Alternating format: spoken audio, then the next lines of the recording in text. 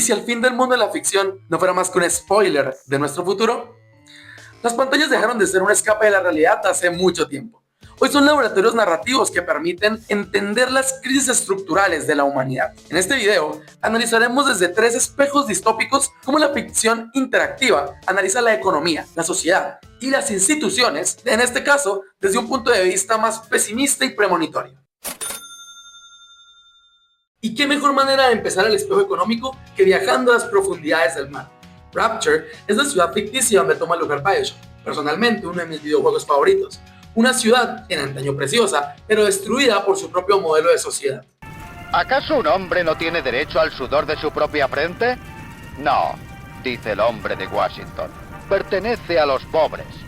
No, dice el hombre del Vaticano. Pertenece a Dios. No, dice el hombre de Moscú. Pertenece a todos. Yo rechacé esas respuestas. En vez de eso, elegí algo distinto. Elegí lo imposible. Elegí Rapture. Rapture nació como una utopía radical del objetivismo y el libre mercado. Una sociedad sin leyes o regulaciones estatales, donde cada uno ganaba lo que trabajaba con el sudor de su propia frente. Sin embargo, ese sistema colapsó desde dentro por la hipocresía de su propio creador, Andrew Ryan, quien al ver su monopolio amenazado por Frank Fontaine, decidió traicionar los pilares sobre los que se fundó la ciudad. Fontaine hizo un descubrimiento que lo cambiaría todo: el Adam. Producido por babosas marinas, era una sustancia capaz de modificar el código genético de las personas, dándoles esencialmente superpoderes: lanzar rayos, encender sus dedos en fuego, entre muchos otros. Tras esto, monopolizó el negocio del Adam, que se había vuelto en ese momento el producto más deseado de Rapture. Al ver que el capital y la influencia de Fontaine solo crecía y crecía, Ryan decidió tomar cartas en el asunto. Encarceló a Fontaine y nacionalizó la industria del Adam, acabando así con el libre mercado que tanto predicó, siendo esto una muestra clara de la hipocresía del sistema. El libre mercado es genial mientras sea yo, y solo yo, quien vaya ganando.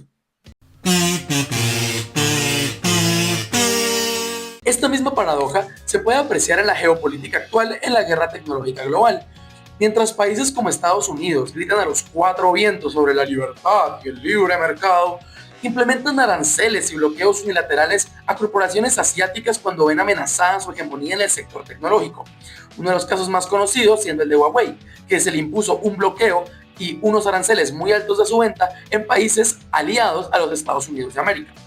Como en Rapture, las reglas del juego libre se destruyen en el momento exacto donde el actor dominante comienza a perder relevancia.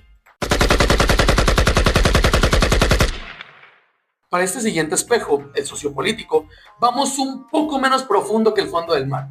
Vamos a las ruinas del metro de Moscú, de la saga de libros y videojuegos Metro, donde tras un apocalipsis nuclear, las supuestas últimas 20.000 personas del mundo lograron ocultarse en los túneles para asegurar su supervivencia. Supervivencia que se vería obstaculizada por la fracturación de la sociedad en facciones extremistas, reviviendo odios de la preguerra a través de la Línea Roja y el Cuarto Reich.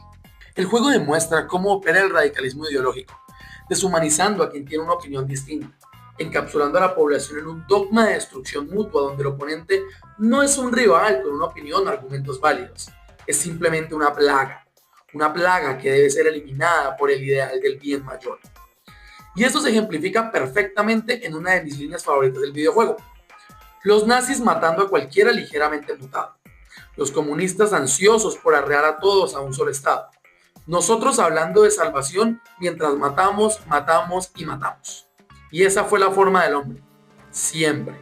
En la actualidad, este pensamiento se ve representado fuertemente en las redes sociales, cuyos algoritmos explotan el sesgo de confirmación para mantener enganchada a la audiencia, encerrándolos en burbujas informativas que hiperpolarizan la verdad.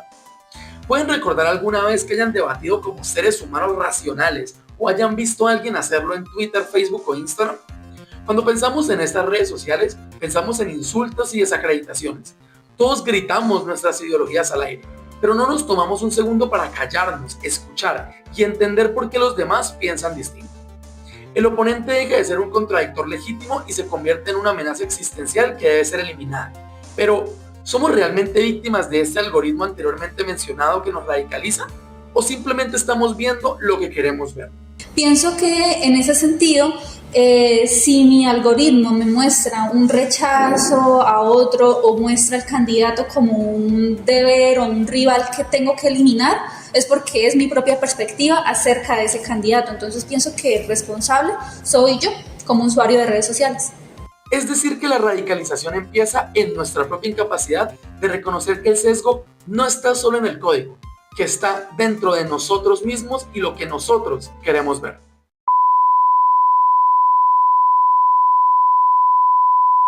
Para este último espejo, el espejo institucional, vayámonos al rincón más oscuro de la galaxia. En el milenio 41 se desarrolla la historia de Warhammer 40.000, donde el imperio de la humanidad, en antaño el más poderoso de la galaxia, terminó en desgracia. Este imperio, que durante milenios fue un bastión para la humanidad y que buscaba expandirse bajo principios de ciencia, razón y progreso, se transformó en una sociedad extremista, religiosa y opresiva, alabando a su único dios, el emperador de la humanidad. Que claro, él ya no se ve así, más bien se ve así, y que es una muestra perfecta de en lo que se transformó el imperio, que como su líder no es más que un cascarón vacío y putrefacto de lo que alguna vez fue, adorando a alguien que en vida siempre negó y rechazó ser un dios. De hecho, él odiaba que lo llamaran dios, era súper ateo el tipo, fundó todo el imperio bajo los ideales del ateísmo. Genial. Así el libre pensamiento quedó prohibido. Las estructuras de control anulan la razón de sus soldados del Astra Militarum mediante adoctrinamiento puro, y todo aquel que no adorara al dios emperador era un hereje que merecía la muerte. Este extremismo dogmático no se queda únicamente en la ciencia ficción. Actualmente, gran parte de la política moderna gira más alrededor de figuras y comunidades que de ideas o propuestas reales. Las redes están llenas de espacios donde cuestionar al propio bando se interpreta casi como una traición, mientras que defender al líder se convierte en la única prueba de verdadera lealtad. Y el problema es que, cuando la razón se delega de esta manera, las instituciones del Estado siempre van a temblar cuando eso pasa, ¿cierto? Entonces, cuando nuestro uso de la razón se delega y pasa a un seguimiento ciego, sectario y polarizado de un líder, entonces la figura del Estado tiembla porque ya no tiene herramientas con las cuales criticar o hacer una lectura crítica de estos candidatos. Así, el debate desaparece lentamente y las instituciones comienzan a debilitarse porque el pensamiento crítico es reemplazado por obediencia ideológica ciega. Y aunque por suerte todavía no adoramos oficialmente un cadáver espacial conectado a una silla gigante, sí vivimos en una época donde muchas veces es más fácil defender ciegamente a los nuestros que detenernos a cuestionarlos o a cuestionar sus ideas. Vaya que este fue un verdadero viaje por mundos de ficción. Pero navegar por todos estos mundos caóticos tiene un valor comunicativo. Como señala Henry Jenkins en Cultura de la Convergencia, las plataformas interactivas son los nuevos espacios donde las audiencias procesamos las crisis reales del entretenimiento. Finalmente, las distopías no intentan predecir el futuro, sino lanzar una advertencia urgente hacia el presente. Entonces que se vayan al diablo el emperador, la eclesiarquía, Andrew Ryan y todos aquellos que prefieren luchar por sus ideologías antes que defender al prójimo, porque son ellos quienes quebrarán el espejo que nos separa de la ciencia ficción y que evita que estos universos dejen de ser mero entretenimiento y se conviertan en nuestro maldito pan de cada día.